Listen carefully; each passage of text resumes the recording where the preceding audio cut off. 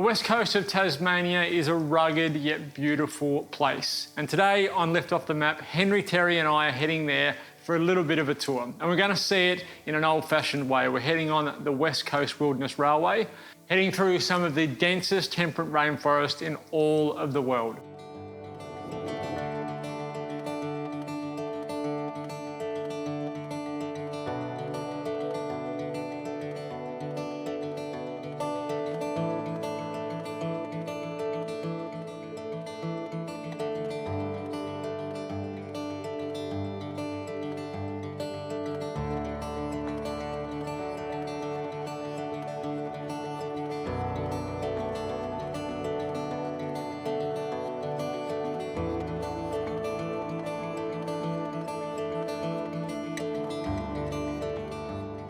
We're going to have a little whiskey tasting along the way to keep us warm, so I thought we'd make a couple of whiskey recipes today as well. The first whiskey recipe we're doing takes advantage of the match that you get between whiskey, blueberries, coffee and chocolate. Those four things go together heavenly. So we're going to make an espresso and whiskey cake paired with blueberries. This is not like any other cake that you normally make where you'll beat your eggs and your sugar, you'll beat your butter and your sugar, and you'll add your eggs one at a time and you'll try and keep it nice and light and fluffy. This is a boiled chocolate cake, so it's much easier. Everything sort of just goes into a pot, get whisked together by hand, and then goes in the oven. Nice and simple. The first thing I want to do is start melting all of my ingredients in my pot. So I've got some butter, some sugar, a dog. Now I'm going to add my liquids. I'm going to bring all this together on the stove and basically melt it. I've got some coffee, about 60 mils of coffee, 2 shots, and then about 45, so a shot and a half of whiskey.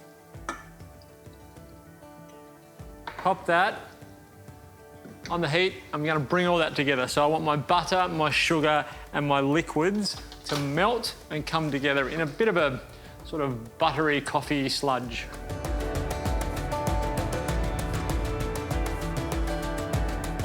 So I've now got my melted chocolate, my melted butter, my liquids and my sugar have all come together in there. I've taken the heat out of it by stirring it and also turning the heat from the bottom off. I want to add my eggs now, and you've got to make sure that heat has come out of it a fair bit. If you're stirring it and there's still steam coming off it, that's going to cook your egg. So make sure it's cooled down enough that you can add your egg. Now I'm putting 5 eggs in, but I am separating them. So I just want the yolks in there. I'm going to make it nice and glossy. So whites can go into a separate bowl. Now you don't panic too much if you get a little bit of white in there because it's a cake after all. But what we're trying to do here is create a really glossy, as soon as you put one in, just whisk it in. Trying to get a really glossy finish. We're going to separate all 5 of these and add them one at a time, whisking them in, and then it's time for our dry ingredients. These last couple. So you can see how glossy that chocolate is now. So basically we've added the egg yolk for a couple of reasons. One, it's nice and fatty, which is great for a cake. It's going to give you a great mouthfeel, but also egg yolk is an emulsifier. So because we had water in the whiskey and in the coffee in there with lots of fat in the butter and the chocolate, you need to bring that fat and that water together to become a nice homogenised liquid, or what I said before about a goop, almost a ganache. And the emulsifier in the egg yolk is going to do that. So it's going to tie our fat to our water, so we end up with a much better cake. Now it's time to put in our dry ingredients. Oh, actually, before I do that, just a little bit of vanilla. Vanilla, chocolate, blueberries, coffee, all goes really well together. So flour now. So because with mainly with the butter and the chocolate, it's going to react differently every time you do it, or you might use dark chocolate one time, you might use milk chocolate the next time. Butter, depending on, it varies. You're going to need to add different amounts of flour every time you make this cake. And this is where I've said in the past, things like hot cakes and pancakes, you don't want to whisk them too much because you're going to activate the gluten in the flour. That's gonna make a stretchy cake, and that means the bubbles won't get to do their thing. We won't get a nice light fluffy cake. This is more of a mud cake, so it doesn't matter if you whip it and whip it and whip it. You're gonna end up with pretty much the same consistency, a nice, dense, moist cake, which is what we're after. So that's getting pretty close to sort of that normal cake batter mixture that everyone loves. I'm gonna add just a touch more, not a lot, probably 1/4 cup. Whisk that in, a pinch of salt. Flour loves salt. A lot of the time, if you're eating something and it tastes floury, there's normally 2 reasons why. 1, you haven't cooked the flour out, or 2, you didn't add salt to the flour. All right, I'm happy with that. I'm gonna take my whisk out, get all my cake batter out of it, and use my spatula now to make sure I'm getting every little bit of cake I can into this cake tin.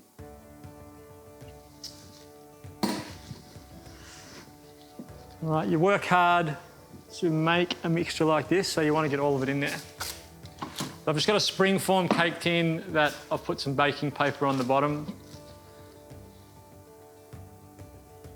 Cake batter in.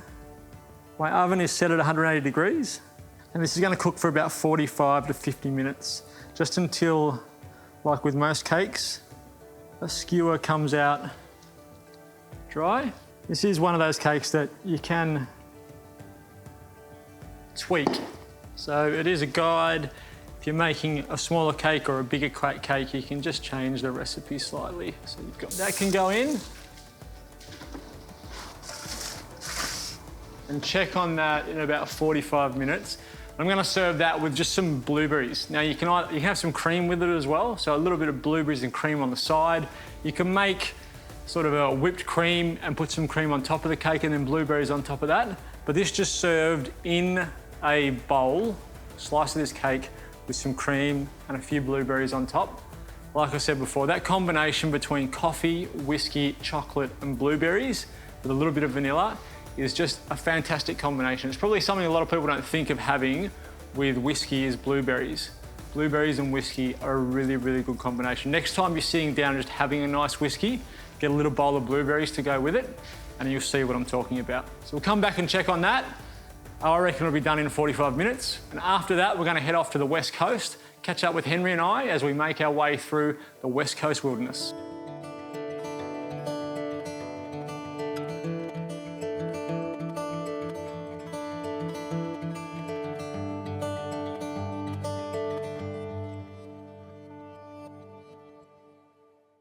Have you been to Queenstown before? Not since I was very, very young, so it's pretty much a first time. I don't think it really counts as a 6 or a 7-year-old, so yeah. This will be an experience for me. Same for me. I haven't been here for a while, but what I do remember is it's a very different landscape because of the mining that's there. It's kind of stripped away a lot of the vegetation from the mining sort of sites.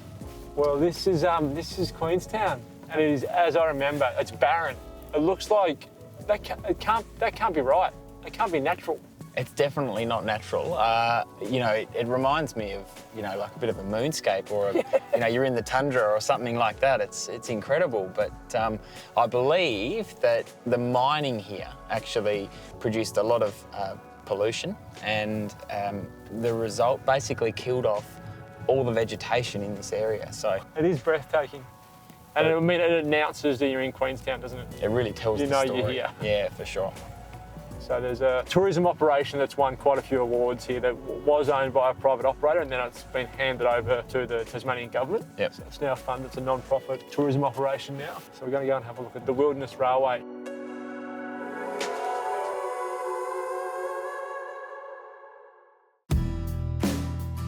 The West Coast Wilderness Railway began operating in 1892, and until roads were built over 35 years later, it was the only way to export copper from the Queenstown mines. The challenging environment of the Cradle Coast region meant that the railway had to implement some robust hardware. The revolutionary technology of the apt rack and pinion system was thus installed, which uses a geared wheel to hook onto a toothed centre rail, allowing the train to pull itself up the steep slopes and navigate the surrounding rugged landscape. It is now the only operating apt rack and pinion railway in the Southern Hemisphere and a major tourism icon for the area.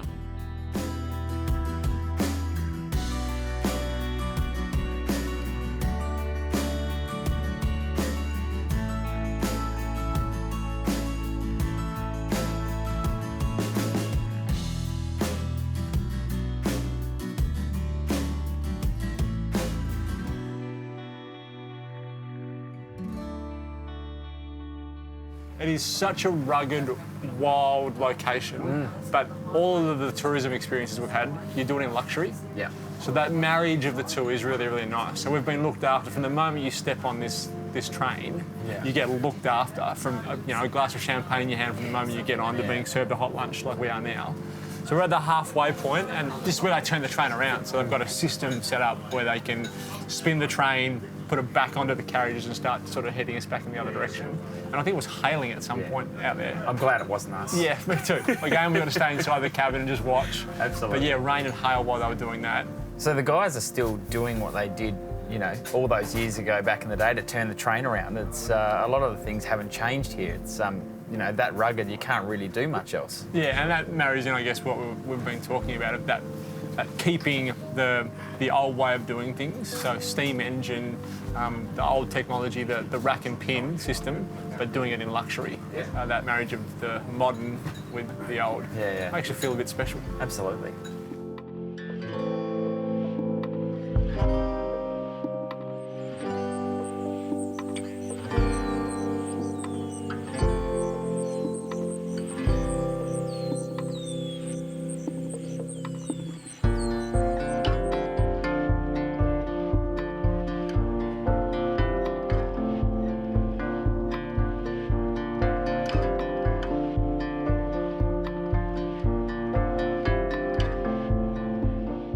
Halfway back on a day like today, when we've still got hail sitting on the side of the track, we get to have a little whiskey tasting. Absolutely. So Tom ran through the whiskies inside with us, but basically it's the original, which is, I think he said 8 years barrel aged. Yes. Pinot Noir, which is 8 years barrel aged, then 10 months in a Pinot Noir cask.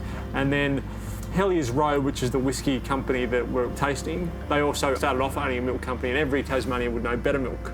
So they use their own cream to create a whiskey cream. It smells delicious. About half the alcohol content, much easier to drink. For me, that's what I would drink on a day like this. Yeah, same. Absolutely. It would go well with dessert. Yeah, we should hold on to that one. Yeah, actually. I think so, yeah.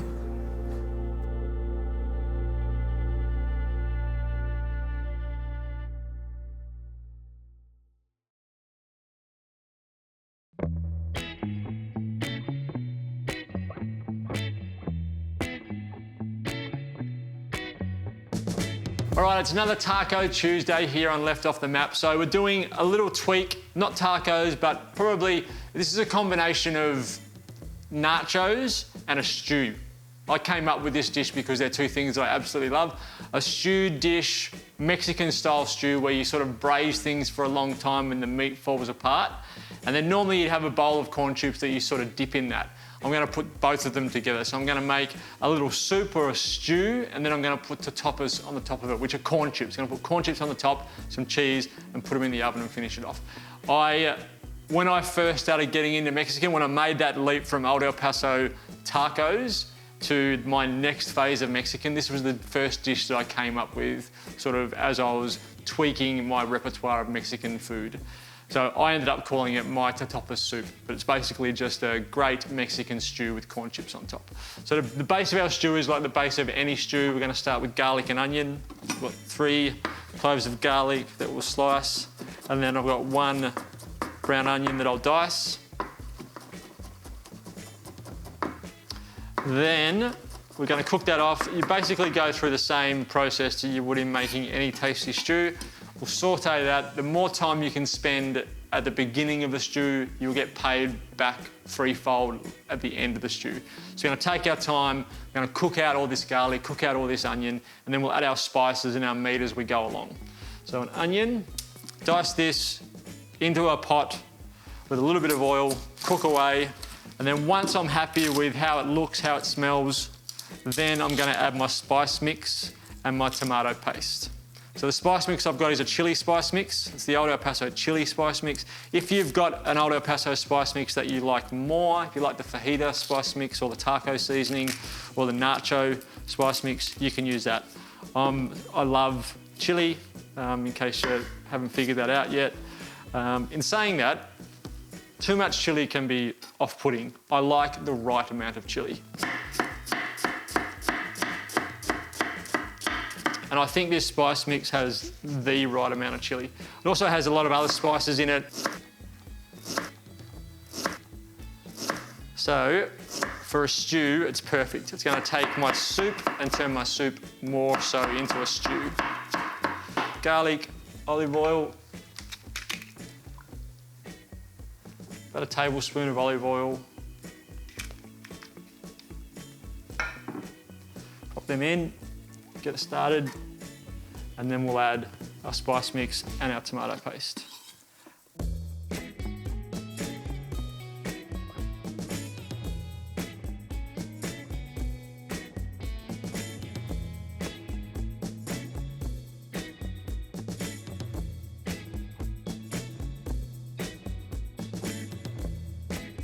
At this stage, I've cooked off my meat and I've added that. I've added my black beans and my tomatoes, my canned tomatoes, and it's pretty much, it's almost there. The last two ingredients we have to add, we need to add some moisture so that that meat can actually cook to a point where it's going to fall apart, and we need to add some refried beans.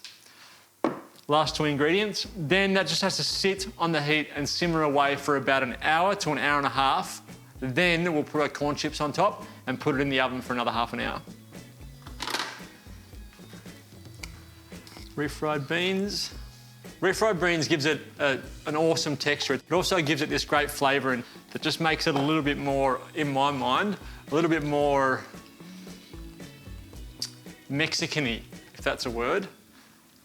There's just something about refried beans in something that changes the texture and gives it almost an authenticity.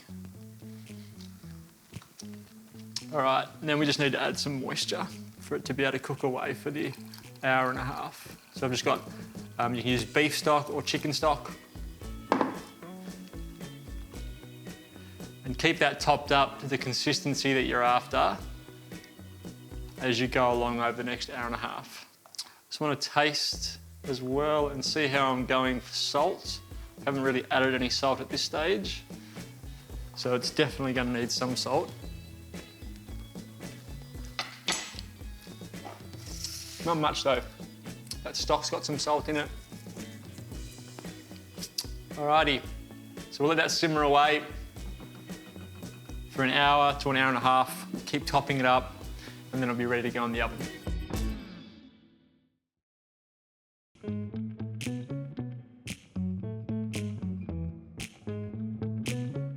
So I've just turned that off. It's been simmering away.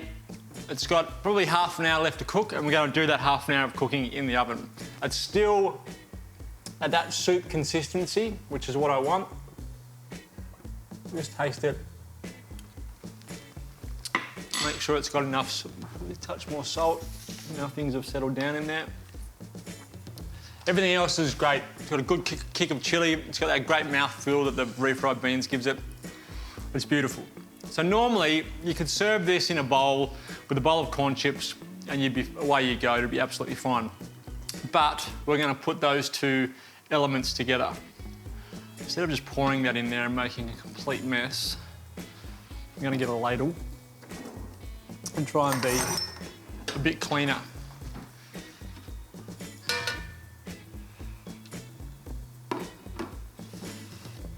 So this will thicken up a little bit more in the oven.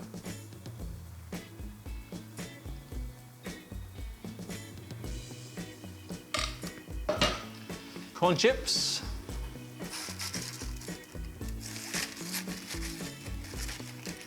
You're almost sort of making a lasagna topping with your corn chips.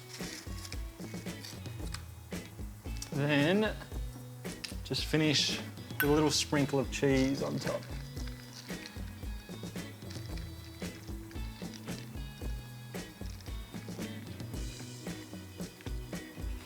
All right, oven's set at 180. about half an hour in there.